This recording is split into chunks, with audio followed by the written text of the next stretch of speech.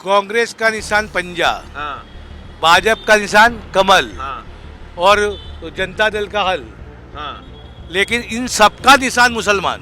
सकता हूँ, हैरान है, परेशान है पब्लिक। हाँ। भाजपा से सभी परेशान है। ऐसा क्यों है? नरेंद्र मोदी का इतना डंका बजता है मीडिया नरेंद्र में। मोदी जब आता था फाल्कन लेके आता था हमारे यहाँ।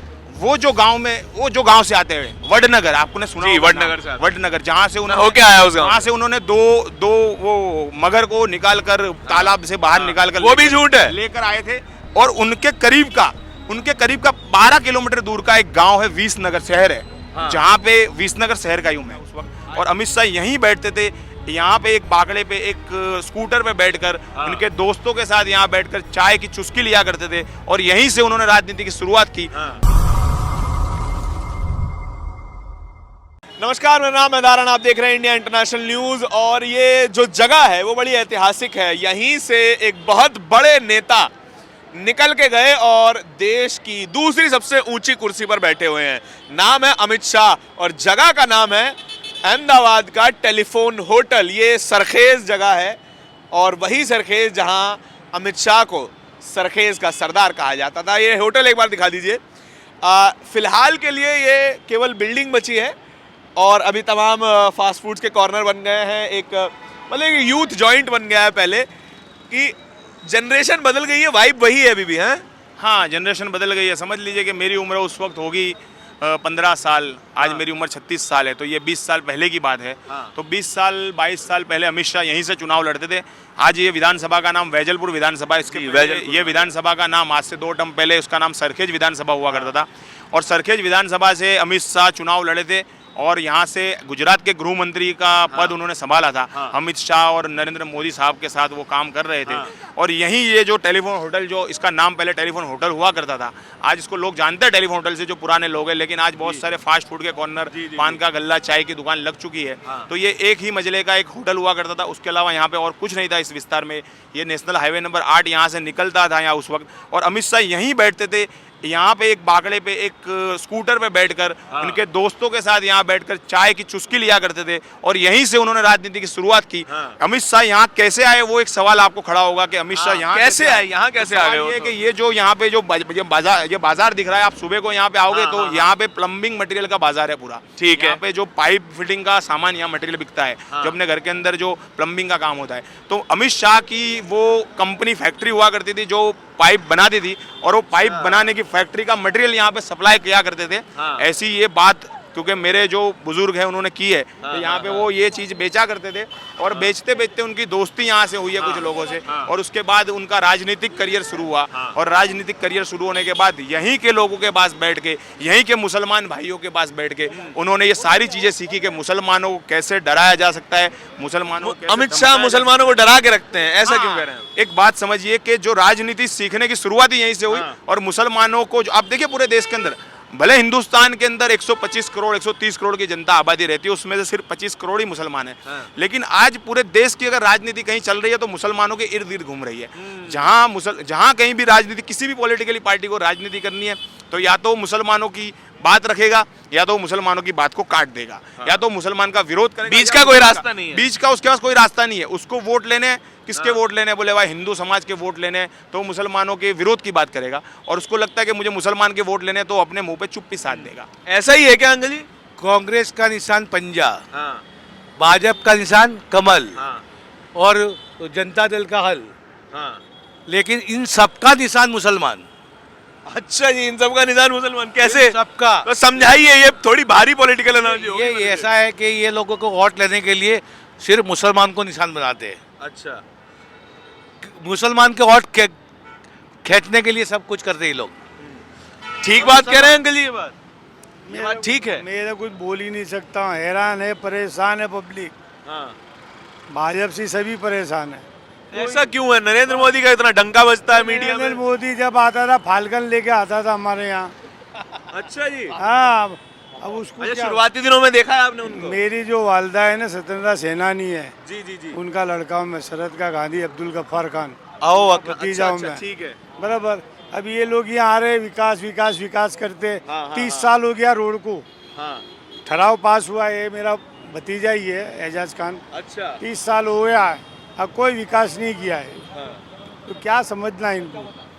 तो मोदी जी तो वहाँ पे बड़ा बताते थे कि भैया गुजरात मॉडल है, हमने तो गुजरात मॉडल के नाम पे वोट दे दिया। साइकिल हो गई है, मॉडल नहीं है, साइकिल हो गई है। साइकिल हो गई है, ऐसे कैसे? पूछो अपनी दादी कौन है बेटा। हाँ जी, इनके अम्मा है, वो स्वातंत्र सेनानी है। हाँ। और पिछले कई वर्षों से यहाँ पे जुआपुरा के अंदर रहते हैं। हाँ। और इनकी कई वर्षों से बात चल रही है कि सरकार द्वारा कोई ऐसा एक चौराहा या कोई ऐसा रोड रास्ते का नाम दिया जाए। हाँ। ठहराव पास हुआ है, 30 साल हो गया है, कोई विकास नहीं किया है। सिलेट में मट्टी छा गई है, वो सिलेट नहीं लग रही है, अब क्या समझने का। हाँ यही है भैया, स्वतंत्रता सेनानी केवल एक बच्चे हैं भाजपा के समय में। कौन से वाले हैं, याद होगा आपको?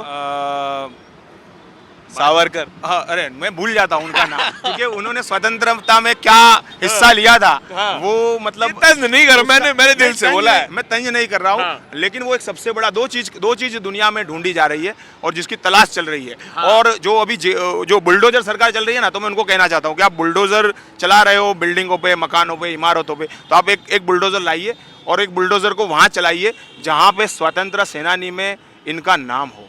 आप समझिए ना किसका नाम हो। हाँ, मतलब वीर व्यक्ति का नाम हो। हाँ। कि उनका नाम कहीं है, उनके कहीं सबूत मिलते हैं। और हाँ। एक दूसरी बात यह है कि एक बहुत बड़े व्यक्ति, देश के बहुत बड़े व्यक्ति, हाँ। सबसे बड़े पद पे बैठे हुए व्यक्ति है, उनकी डिग्री कहाँ है, उसके लिए एक बुलडोजर चलाना वो भी पड़ेगा। खोजनी पड़ेगी। तो वो भी बुलडोजर से उन्होंने तो करा है ना एमए इंटायर पॉलिटिकल साइंस में। वो भी बुलडोजर से खोदनी पड़ेगी कि अरे उसके दिखा दी थी नहीं उसको खोजनी पड़ेगी कि हकीकत में वो कहीं नीचे मलबे में उन्होंने दिल्ली विश्वविद्यालय देखो 2002 का कॉमनवेल्थ राइट्स हुआ। हाँ। उसके पहले 2001 के अंदर यहाँ पे गुजरात में भूकंप आया था, जी। पूरे गुजरात को तहस नहस कर दिया था। उसके पहले न जाने कितने कॉमनवेल्थ राइट्स हुए। तो बहुत सारी ऐसी घटनाएं घटी थी। हो सकता है उनके दस्तावेज कहीं इधर उधर हो गए हो, कहीं जमीन के अंदर कहीं दब गए हो, तो उसको ढूंढने के लिए आप दस्तावेज पे सवाल उठा रहे हो, कल को बोल दो कि चाय भी नहीं बेची। देखो दस्तावेज की बात यह है कि दस्तावेज पे सवाल उठाया जाएगा कि मैं एक गुजरात का, हिंदुस्तान का एक मुसलमान हूं और जब सीए एनआरसी लाने की बात की जा रही है तो मैं ये सवाल उठाऊंगा जब मुझसे सीए एनआरसी याद है मुसलमानों को अभी हाँ, भी? मुसलमानों को याद है। जब सीए एनआरसी की बात की जा रही है और जब मुझसे दस्तावेज मांगा जाएगा, हाँ। जब मेरे बाप दादा को लाया जाएगा बीच में, हाँ। तो उनसे भी दस्तावेज मांगने की बात हम करेंगे कि आपकी डिग्री कहाँ है, आपकी डिग्री भी अच्छा ये तो मानोगे ना चाय बेची थी? चाय बेची थी। एक बात समझिए, हमने कहाँ देखा कि चाय बेची थी। अब ये थोड़ा सा तो मान लो कि चाय बेच जरा भी नहीं, चाय कुछ भी बेची नहीं यार। वो तो खाली एक मैं आपको एक बात इस बारे में बताना चाहता हूँ। आप हाँ। बोलेंगे हर जगह पे, जैसे हमारे वो माननीय व्यक्ति जो जी। देश के सबसे बड़ी जगह पे बैठे हुए व्यक्ति है, वो जैसे हर जगह पे पहुंचते हैं ना, वो तो आप ही के इलाके के नाम तो नाम ले सकते ये इलाके के नहीं है। वो कौन से इलाके, वो बता रहा हूँ मैं आपको। यहाँ तो अमित शाह इस इलाके के, लेकिन एक दूसरे व्यक्ति की अच्छा, एक और माननीय है। एक माननीय व्यक्ति जो सबसे बड़े पद पे बैठे हुए व्यक्ति हाँ। है और जो पूरे देश के अंदर विश्व सम्राट बनने की जो बात कर रहे हैं, जिनका नाम चल रहा है, मैं नाम ले लेता हूँ, मोदी जी। हाँ ठीक है। तो वो जो व्यक्ति है, वो जो गांव से आते हैं, वडनगर, आपने सुना जी, होगा वडनगर नाम। से आते हैं। वडनगर, जहाँ से उन्होंने होके आया उस गांव वहाँ से उन्होंने दो वो मगर को निकाल कर तालाब से बाहर निकाल कर वो भी झूठ है। लेकर आए थे। और उनके करीब का 12 किलोमीटर दूर का एक गाँव है, विसनगर शहर है, जहाँ पे विसनगर शहर का ही हूँ मैं। विसनगर? हाँ, मैं रहवासी वहाँ का प्रॉपर, मेरे बाप दादा वहाँ के, तो मुझे उनका भी थोड़ा इतिहास पता है। वो जहाँ जिस गांव के अंदर उनका हेलीपैड बना हुआ है, जहाँ पे वो लॉन्च होता है ना, वहाँ पे आज भी हमारी जमीन है।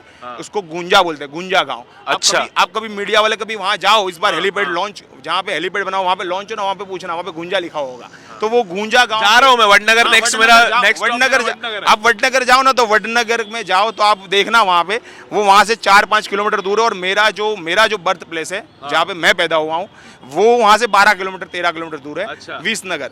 तो हम उनके बारे में भी थोड़ा जानते हैं। तो मतलब वहाँ पे ऐसा कुछ नहीं था। मगरमच्छ वाली भी कहानी झूठी है, कैसी बात कर रहे हो? चाय बेची कि हाँ, उनके एक चाचा का कैंटीन हुआ करता था। जो कैंटीन हुआ करता तो वहाँ बेची होगी चाय मेरी बात, वहाँ उनके चाचा का एक कैंटीन हुआ करता था, जहाँ पे रेलवे प्लेटफॉर्म था। और वो रेलवे प्लेटफॉर्म पे, जैसे नहीं अभी मेरे कोई चाचा का कुछ है या तो कोई ऐसी, तो मैं वहाँ पे कुछ वक्त मान लो स्कूल वूल की गुल्ली वुल्ली लगा कर वहाँ पे चले जाऊँ और जाकर मान लो वहाँ पे गुल्ली मार कर वहाँ पे बैठ जाऊँ कि भाई आज मेरे पास वो जेब खर्च के लिए पैसे नहीं है, तो हो सकता है वो चाय कभी बेच के उसका पैसा मैं खर्च कर लेता हूँ। तो ये चीज हो सकती है। लेकिन बहुत बड़ा इल्जाम लगा रहे हो चाय बेचने की बात तो हमारे बाप दादा नहीं बोलता है कभी। हाँ, वो वडनगर के है, ये बात पक्की है। लेकिन चाय बेचिए उसका कोई सबूत नहीं है। ऐसे डिग्री का अच्छा ये बताइए फिर आपके एरिया में लोकल मुद्दे क्या हैं?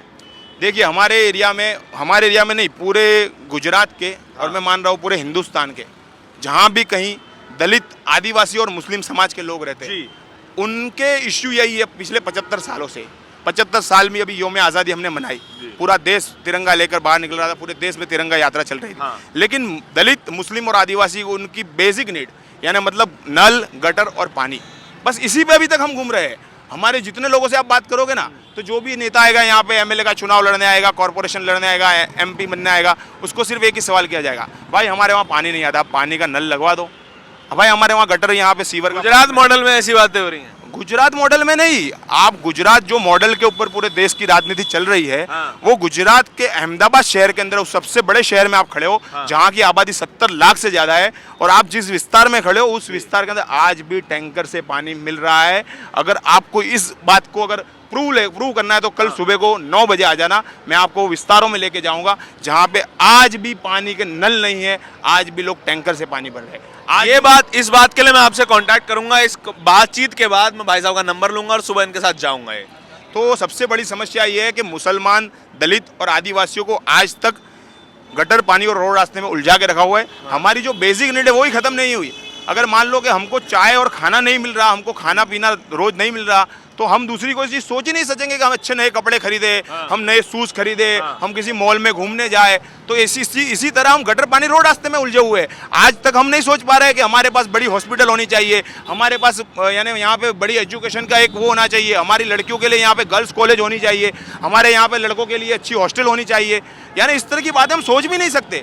आज भी हम एक ही बात करते हैं कि जुआपुरा के अंदर गटर, पानी, रोड रास्ता मिल जाए तो हमारे लिए बहुत है। और यही समस्याओं को लेकर हम जूझ रहे हैं, क्योंकि हमें उससे बाहर निकालने की बात अभी तक ये गवर्नमेंट नहीं कर रही है। और उनको पता है, उनके पास क्या है कि ऐसे लोग रखे हुए हैं कि जो इस तरह की देखो। और गुजरात की राजनीति और पूरे देश की राजनीति आपको पता है, बिल्कुल। आप मीडिया वाले भी ये सब करते हो, आप मीडिया वालों का काम ही है बस। अच्छा, हम मीडिया वालों का काम ही है। अगर किसी भी मुसलमान जिसका नाम मुसलमान है, जिसका नाम एजाज खान है, अगर इसने कोई छोटी सी गलती कर दी, अगर कोई छोटी सी गलती कर दी, तो दूसरे दिन अखबारों में आएगा, बड़े बड़े हेडिंग आएंगे, बड़ी बड़ी न्यूज चैनल में डिबेटें चलेंगी। अच्छा। बोले एजाज खान ने ये कर दिया, एजाज खान ने वो कर दिया। अरे भाई 75 साल हो गए देश को आज़ाद हुए।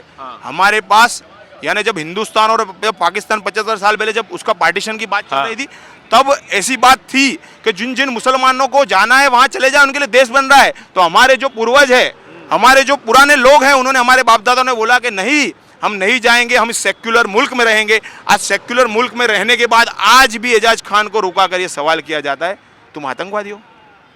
सबसे बड़ा सवाल ये होता है खड़ा, जहां कहीं मुसलमान का नाम आता है। भाजपा ने इस्लाम, मुसलमान को, कुरान को बदनाम करने के लिए सारे पैतरे उसने ही रचे सब, कि मुसलमान देशद्रोही, आतंकवाद। लेकिन कुरान क्या कहता है कि जिस देश की धरती पे रह रहे हो, उस देश की धरती के लिए जान माल खर्च करना अल्लाह के लिए खर्च करने के बराबर है। क्या कहता है? इस देश की धरती के लिए हम मर जाए मीडिया में, और उन लोगों के सबसे पहले हम मुसलमान आगे, चाइना के और पाकिस्तान के लिए हम लड़ने पहले आगे चलेंगे। तुम पहले पीछे चलो, हम पहले गोली खाएंगे, बाद में तुम खा लो। मर्दानगी ऐसे बताओ, क्या अंदर छुप छुपानी करके मारते हो तुम?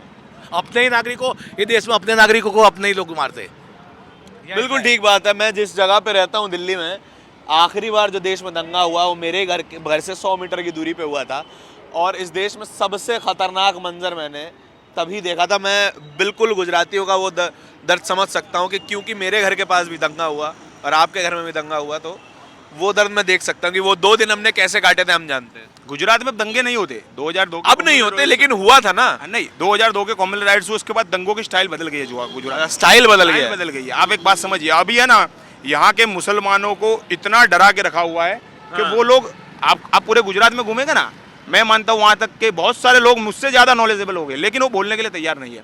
उनकी जबान के ऊपर जिप लग गई। ये बात तो है, बोल नहीं रहे हैं लोग। हाँ, तो उनकी जबान पे जिप लग गई है। उनको डर है कि कहीं हमें पुलिस उठा लेगी, हमको जेल में डाल देगी, हमारे साथ न जाने क्या करेगी। तो ये सब उनके दिमाग में एक सवाल खड़े हैं। तो गुजरात में दंगे नहीं होते हैं, लेकिन स्टाइल बदल गई है। आपको बताऊं, स्टाइल बदल गई। होता क्या है, अब इंडिविजुअली टारगेट करते हैं। गुजरात के अहमदाबाद के यहाँ नज़दीक में 40 किलोमीटर दूर एक गाँव है, यहाँ पे मातर के पास में उंधेला गांव के अंदर अभी कुछ दिनों पहले एक घटना घटी थी। वो क्या आपको मीडिया, पूरे नेशनल मीडिया में और पूरे इंटरनेशनल मीडिया में ये बात चली थी।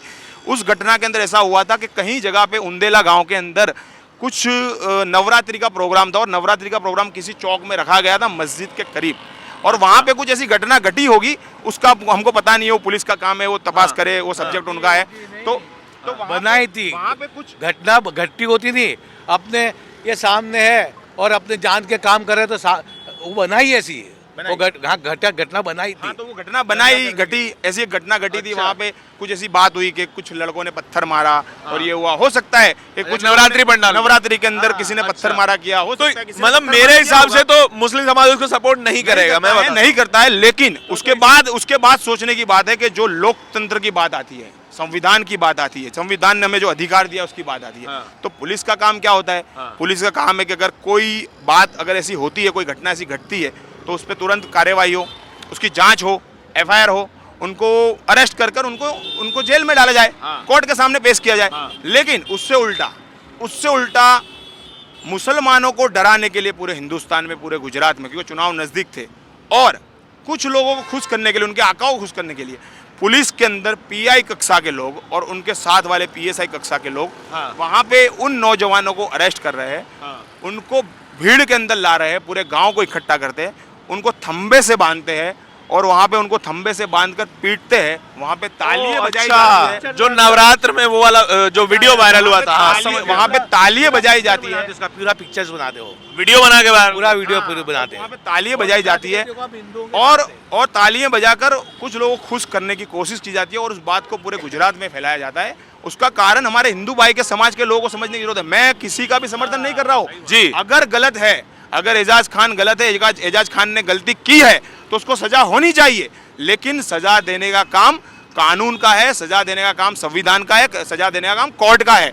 मैं इसी का समर्थन नहीं कर रहा हूँ, लेकिन समझने की बात ये, आप एक बात समझिए, उसमें सच्ची बात कितनी है, झूठी बात कितनी है, किसी को पता नहीं है। और आप इस तरह का कौन सा माहौल खड़ा करना चाहते हैं? आप पुलिस को ऐसा कौन सा पावर देना चाहते हैं? आप फिर से चाहते हैं कि इस जहां एनकाउंटर जैसे हुआ था, इस तरह से फिर से ऐसी घटनाएं हो, पुलिस के पास फिर से ऐसा पावर जाए और फिर से रोड रास्तों पे लोगों को मार दिया जाए? तो ये समझने की बात है, ये सारे नकली एनकाउंटरों का पूरा लिस्ट निकला था। और आप जिनकी बात कर रहे हैं, इस विस्तार से बने हुए नेता की आप जो बात कर रहे हैं, जो इनका ये यहाँ पे ये कॉन्स्टिट्यूंसी जिनकी लगती है, वही नेता की यहाँ से उनको तड़ीपार किया गया था, ये समझने की बात है। तो ये सारी बातों को समझने की ज़रूरत है। इतने साल बीत गए, मुग़लों ने यहाँ पे इतना राज किया, इतने सारे मुस्लिम बादशाहों ने यहाँ राज किया, तब हिंदू खतरे में नहीं था।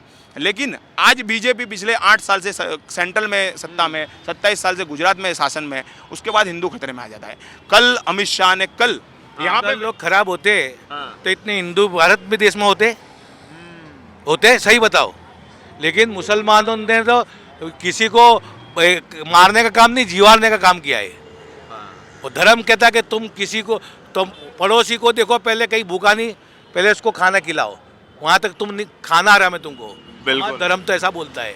देखिए हमारे पैगंबर ने किसी को मारने की बद दुआ तक दी नहीं कि या अल्लाह उसको मार दे, ऐसा भी कहने को, ऐसा भी नहीं कहा। मारने की बात जाने दो, मारने की दुआ तक भी नहीं बताई। देखिए, मैं अगर निजी तौर पर सोचूं, मैं एक नास्तिक हूं, मैं खुले तौर पर एक नास्तिक हूं। मैं नहीं मानता कि ईश्वर जैसी कोई चीज़ होती है, चाहे वो किसी भी धर्म की हो। लेकिन मैं एक चीज़ मानता हूं, इंसान को इंसान के साथ सहानुभूति रखनी चाहिए और हम सभी इंसान होने के नाते एक दूसरे से जुड़े हुए हैं। जब तक हम ये नहीं समझ पाएंगे, तब तक हम बेहतर इंसान नहीं हो सकते। ये पूरी राजनीति की बातें थी, उसमें आपने इंसानों के बारे में सुना और हर बात, भगत सिंह ये कहते थे, मेरा हर उस बात से मतलब है जिसका इंसानों से मतलब है। आपको क्या लगता है कि गुजरात की राजनीति किस चीज़ के अराउंड घूम रही है? गुजरात की राजनीति में होने क्या वाला है, ये मैं आपसे जानना चाहता हूँ। कैमरे के पीछे मेरे साथी आशीष के साथ इंडिया इंटरनेशनल न्यूज़ के लिए अहमदाबाद से धारण की रिपोर्ट। धन्यवाद।